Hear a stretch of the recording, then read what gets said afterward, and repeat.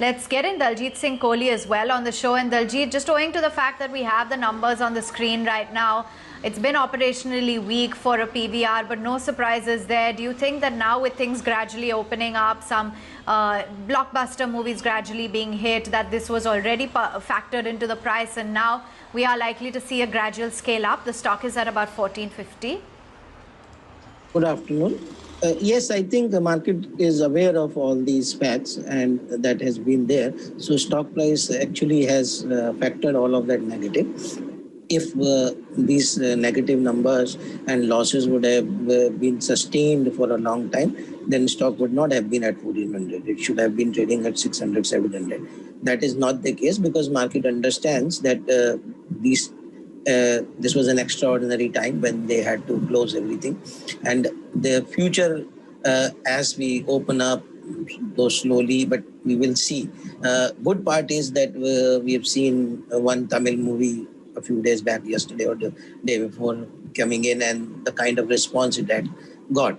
So which means that this fear, which many participants were talking, that people will probably never come back to the cinema halls, or what will happen even if when we open because of this pandemic fear, whether people will actually move out of their houses.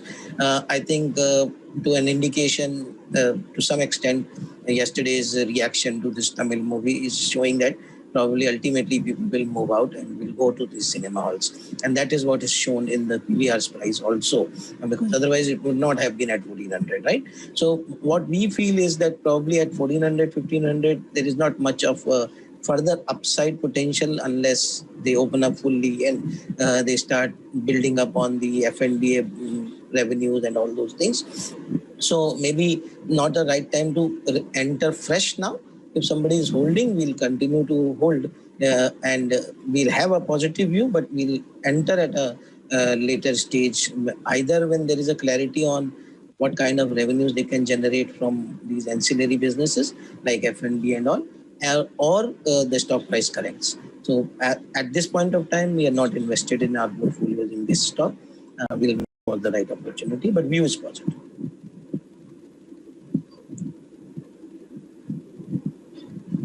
Taken. That's the view coming in on PVR after the numbers. The stock is currently up by about 0.6%, but it's been a weak quarter in line with expectations. Wanted to get in your take, Daljeet, as to what exactly it is you're looking for when it comes to the auto space, because we understand that the auto industry met the finance ministry officials just last week and they've submitted major demands with respect to what they want to see in the budget: scrappage policy with rebates and tax, a scrappage policy with rebates in GST, a move to revive bus sales, asking STUs to increase their purchases, increase of the depreciation rate for passenger vehicles and two-wheelers to about 25%. That's what's on their wish list. What do you think the budget would likely dole out for autos? I think industry will always have a long list of things to demand from, and it is legitimate. They should do that, because if you ask 20 things, probably you'll get one or two. No? So it is always good to do that. But to be reasonable and to expect that government will cut down on many of these taxes, etc., I think that's not a good thing to do.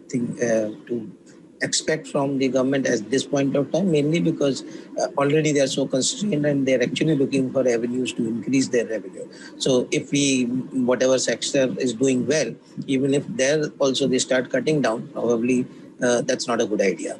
So I'm not expecting any major changes there. In any case, GST, etc., is not a part of budget. It will, if it has to be done, it has to be done outside, and we are not expecting that. The only thing that people are talking about is the scrappage policy that has been due for a very long time. The minister has been talking that for almost 4 or 5 years that it is already prepared and waiting for approval.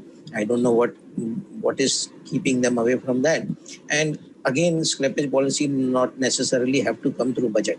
It can come outside the budget also. So from the budget, what we will expect mainly, not just for auto, it will be mainly for growth orientation and the momentum in the overall economy. So macro will be more important rather than particularly to a sector like autos. If macro, they are able to revive the economic growth, it will automatically have an impact on all the sectors and autos will be included. We have a positive view on the sector as such. We are positive on both the passenger cars as well as tractors. But the stocks have already moved so much and they've given us good appreciation. So we moved out of them, all of them. Right now, we are only playing through auto ancillaries. Some of the auto ancillaries hold promise and in terms of valuations, they give us comfort. So we are still positive on some of these ancillaries. But on OEMs, because they have moved so much, so we are not holding them in the portfolio.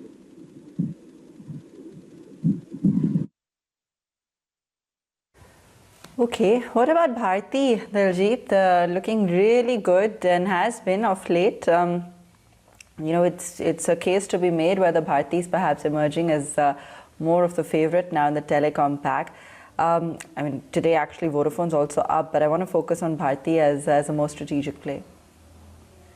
Have a positive view. In fact, today itself we have again reinitiated the call on Bharti. We have recommended to our clients again. We were earlier holding. We moved out when that negative news about rebalancing came in. At that time, also we moved out in profit. Again, re-entered today with this now that this issue or overhang is gone. So we believe that probably around $700 to $800 million of inflows can come. So what we have seen, if you see, similar thing happened with Kotak Bank a few days back when MSCI rebalancing happened, right? So the kind of movement from 1400, 1500, Kotak has seen to almost 1900, 2000. So that kind of effect we can see probably in Bharti also. So we are positive on that. And in terms of fundamentals also, they have shown a remarkable improvement. They have maintained their subscriber base. The only crank in the entire thing is that many people are expecting since long that ARPUs will go up.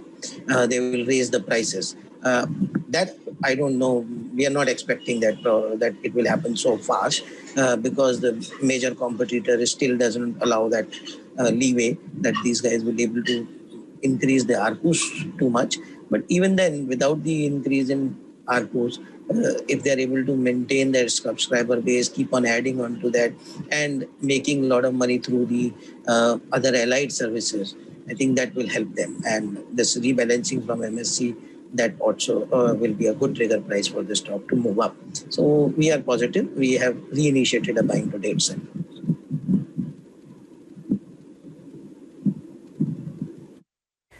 Okay, great. Let's also go across to Varun now. He's taking a look as well at HDFC Bank and what the poll is suggesting on those earnings. Varun? Right, afternoon, Abha. So, first quarter for HDFC Bank without Aditya Puri at the helm. So that's just a factor to keep in mind. Also, what we already know from the Q3 update, which was recently put out, right? So that what we know is that advances and deposits are growing well. CASA has improved to 43%. Deposits are growing at 19% YOY, and then advances are growing at something like 16% YOY. So sequentially, advances are growing at 4% and deposits at 3%. So no issues there. In terms of specifically what the previews are indicating from brokers, NII should come in at 16,900, which is a decent growth over last year's 14,100 or even last quarter's 15,700. On the PAT level, we're looking at 8,400 versus 7,500 crores odd YOY or Q on Q. And then PPP, pre-provisions, we're looking at 14,500 versus 12,900 YOY or 13,800 QOQ. NIM should improve around 10 bips according to many brokers because of the CASA being a higher percentage this time around. Provisions should be flat QOQ, maybe slightly declining at 3,400, and credit cost is a modest 130 bips according to brokers.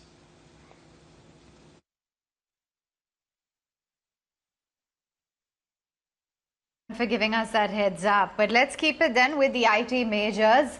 You had software major HCL Technologies, which joined its rival TCS, Infosys and Wipro, posting a strong set of numbers in Q3. It also raised their revenue as well as margin guidance for the rest of the year. Here are the HCL Tech CEO and CFO speaking to Chandra Srikanth about the earnings and the outlook ahead. Here's Prateek Agarwal, the CFO, and C. Vijay Kumar, the President and CEO of HCL Technologies.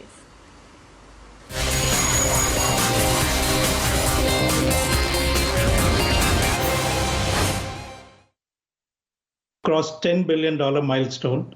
It's a momentous milestone in our journey, and I want to thank all our employees, partners, and all our clients for the tremendous confidence and trust that they've had in us. So it's a great occasion and a tremendous milestone, and we are very, very happy. On a 12-month basis in calendar year 20, we crossed $10 billion.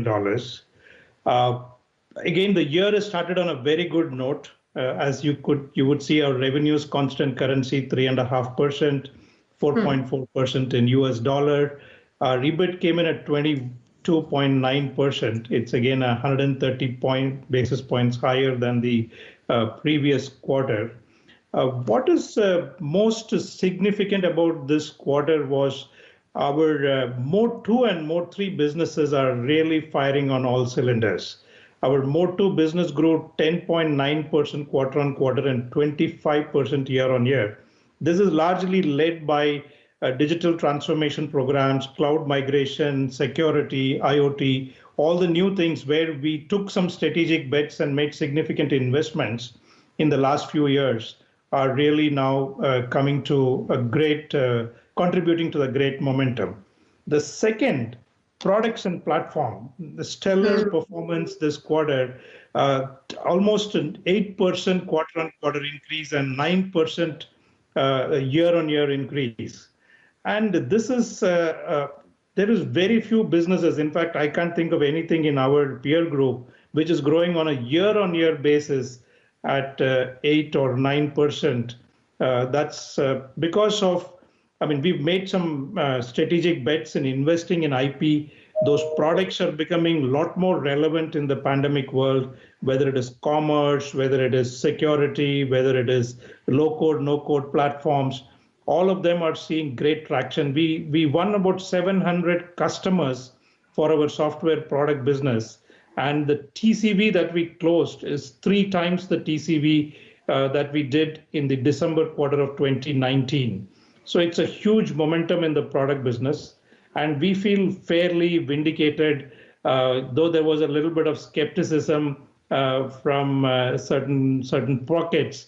Last 6 months has really proved that it's a very robust business, and we feel pretty confident. We signed 13 transformational deals. That's right, 13. Yeah, we define it by, I mean, earlier we used to have a slightly lower threshold, but this time we've taken a threshold of $25 million and above. And these deals would involve not just about, I mean, some of the rate card-based deals, even though they're much larger, we don't consider. These are transformation projects where we have a signed commitment. There is a clear outcome and transformation that's part of the deal. Our overall bookings is about 13% higher than the last year, same quarter.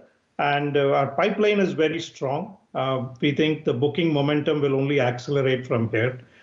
So all fronts very positive. We continue to feel very excited about this momentum. And the journey really continues on a very strong footing.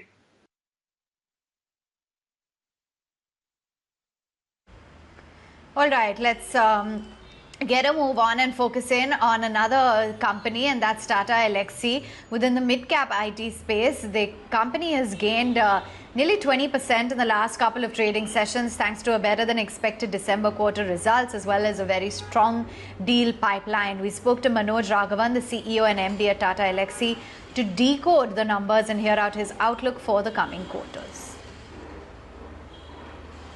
Satisfying quarter. And as I said in the presentation, right, it's not just one vertical or one geography that has really fired for us. Essentially, all the businesses that we are in actually grew significantly, and that was pretty satisfying. And I would want to assure you that this is not a flash in the pan, and this is something that we have been working, throughout the last, 4 quarters.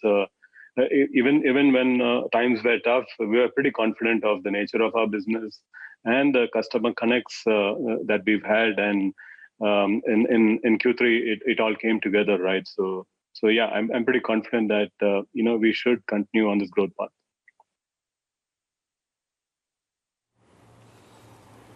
So I don't want to get this one wrong. Are you saying that the kind of sequential growth what you've reported for Q3, you could see the same kind of sequential growth for many quarters?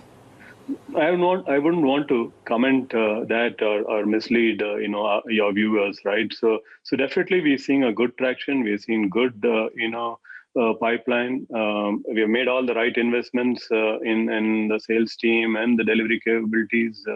So we are confident that we are on the right path.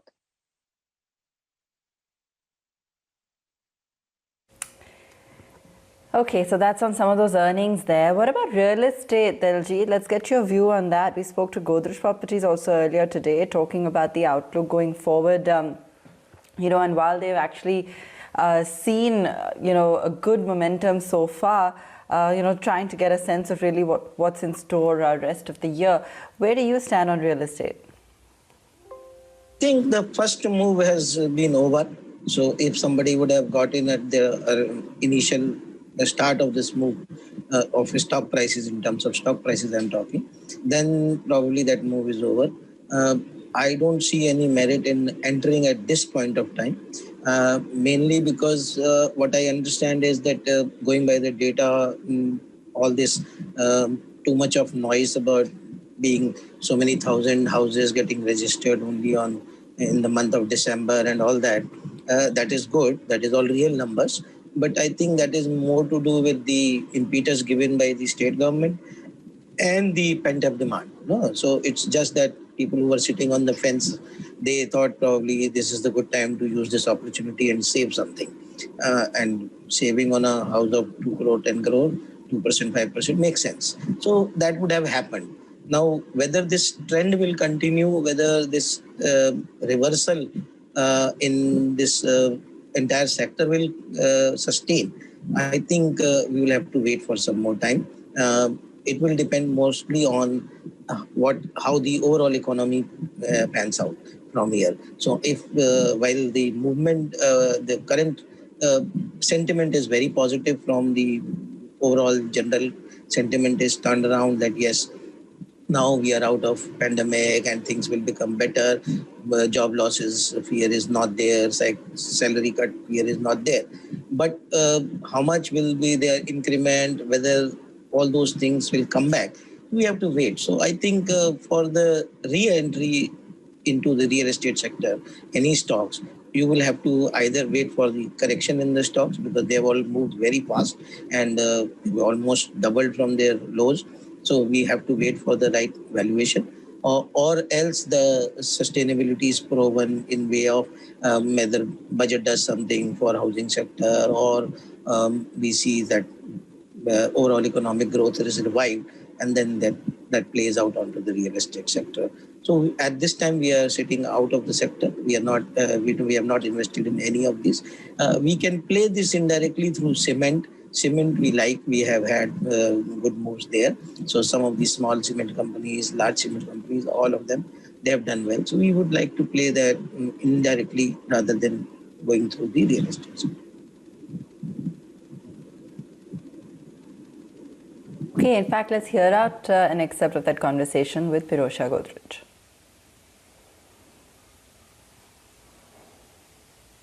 I do think that, as expected, finally the real estate cycle is starting to turn. It's important to keep in mind that it's not just COVID that created a problem for the sector, but really we've had a downturn now since about 2013. And this being a cyclical sector, you do typically have rather long periods of upswing and downswing. And I think we're now starting to come out of that negative period. We're seeing demand pick up. We're seeing inventory get absorbed. And I think what will actually surprise a lot of people, given the amount of commentary we've heard over the last few years of excess inventory, is is that actually very little inventory has been planned over the last 2 or 3 years. So as demand continues to pick up and these current stock of inventory gets absorbed, I think you'll start seeing the next upcycle in the sector. So I think you're right. Hopefully the improvement we've seen over the last 6 months is a precursor to much stronger times ahead. There are two ways to look at the real estate market. One, the entire market is growing and everyone is growing, a phenomenon what we saw between let's say 2003 to 2012 or 2005 to 2008, 15, 16. Second is that established big players, they are growing, and smaller players, they are shrinking. What scenario do you foresee in coming years? No, I think, the consolidation that's been happening in the real estate sector, I think will continue to happen and has a long way to go. Because if you think about it, it's a sector that's a very large sector, but exceptionally fragmented. I think, CredI in India has something like over 10,000 members. And I think that logic for that level of fragmentation probably doesn't exist. Leading developers' market share for, if you look at it on a pan-India basis, is in the low single digits. And I think the advantages that leading developers have in terms of customer confidence on their ability to deliver access to capital, whether debt or equity, at far preferential terms to most of the sector, these are differences that are tough to overcome. And I expect to see, therefore, this process of consolidation continue to gather momentum and leading developers' market share to rise very considerably from current levels, as has been the case in almost every country that has gone through this period of economic growth.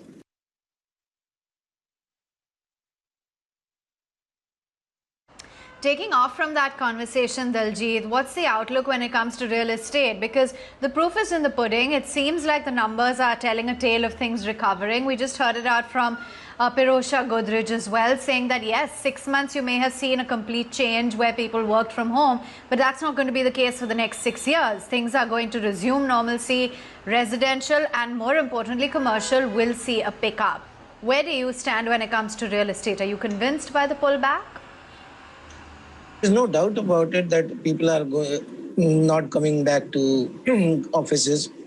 Commercial real estate will come back. Residential actually is picking up well, and in fact with the work from home, etc., and the savings on other parts, people are looking for actually a bigger house. And this phenomena we have seen all over the world. So even US also, we have seen this kind of things happening. Just in the previous segment, we were talking about this real estate. So my view is very clear that because the stocks have already moved very sharply and in a very short time, so we wait for the correction to enter in them. And secondly, we wait for the sustainability of this volume growth which we are talking in the real estate sector. Is it because of the pent-up demand, or is it because of artificially helped because of these incentives given by state governments in terms of stamp duty, etc. So we'll wait for it. But as of now, we are playing it through indirectly through home improvement, through cement. So actually, we have added two stocks. One is Kajaria Ceramics and the other one is Acrysil. Acrysil is that sink manufacturer. And the Kajaria Ceramics is the tile one. So we have added these two stocks in our portfolios, but not a direct play on the real estate.